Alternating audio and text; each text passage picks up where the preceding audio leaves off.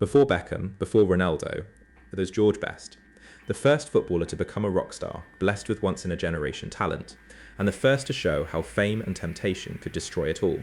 Best came from Belfast, in Northern Ireland, and joined Manchester United as a slight, shy teenager. On the pitch, though, all shyness vanished. He played with breathtaking freedom and daring. He was a winger, but that word barely captures him. He could dribble past entire teams, balance impossibly, score with both feet and his head, and do it all with a mischievous grin. His balance was uncanny. Defenders would lunge, and he would ride the challenge and glide on, seemingly untouchable. He made brutal, hard men of the era look clumsy and slow. Teammates adored him despite the chaos. They spoke of a generous, funny man and of a talent in training so absurd that even seasoned professionals would simply stop and watch. The peak came in 1968.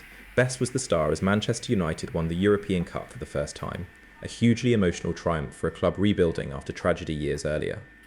That same year, he was named the best player in Europe, winning the Ballon d'Or. At just 22, George Best stood on top of the football world with everything ahead of him. But Best was more than a footballer. He was handsome, charming, and glamorous in a way the sport had never seen. The media adored him, and he became the game's first true celebrity. They gave him a telling nickname, El Beatle, after the famous band. Like a pop star, he had fans screaming his name, fashion shoots, and a fame that reached far beyond football. His fame arrived in a new television age, which magnified everything. For the first time, a footballer's face was everywhere, and that constant exposure made escaping temptation almost impossible. This was new territory. No footballer had lived like this before.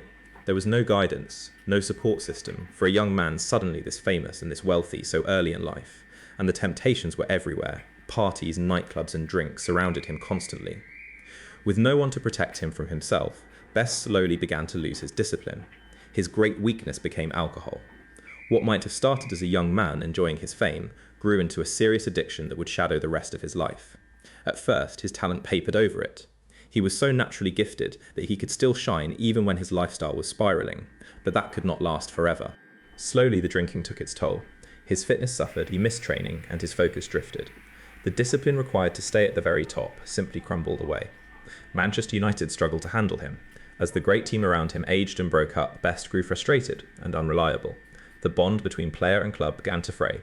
Astonishingly, he was largely finished at the top level by his mid-20s. An age when most greats are just entering their prime, Best was already drifting away from elite football. He drifted through lesser clubs around the world, still capable of moments of brilliance, but never again the force he had been. The genius flickered on, but the career was effectively over. His later life was a public struggle with addiction. Despite the love of fans everywhere, Best could never fully beat the illness that had cut his career short. He died in 2005. He knew what had happened and joked about it with painful honesty. He once said he spent his money on drink and other pleasures and simply wasted the rest. Behind the humour was real regret. Here is my honest opinion. George Best was the greatest natural talent of his era, and its most tragic waste. Nobody dribbled like him, nobody threw away quite so much, so young. His story became a warning for the sport. It showed how fame, money, and freedom handed to someone too young and unprotected could destroy even the most extraordinary gift. Modern clubs learned from it slowly. Today, young players get guidance, media training, and support that Best never had. In a small way, his downfall helped protect those who followed. The lesson reaches far beyond football. Talent is only half the story. Without support, discipline, and care, even the rarest gift can be lost. Genius alone is never enough to protect you. So that is the tragic genius of George Best. Football's first superstar, blessed with once-in-a-generation talent, undone by fame and addiction.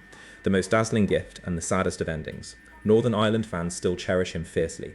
He never played at a World Cup, a source of real regret, yet he remains the greatest player his country has ever produced. If you love football stories told straight, subscribe to Sports Vogue so the next one finds you, and share this with a mate who would argue about it all night. And tell us in the comments which story we should break down next. We will see you at the next one.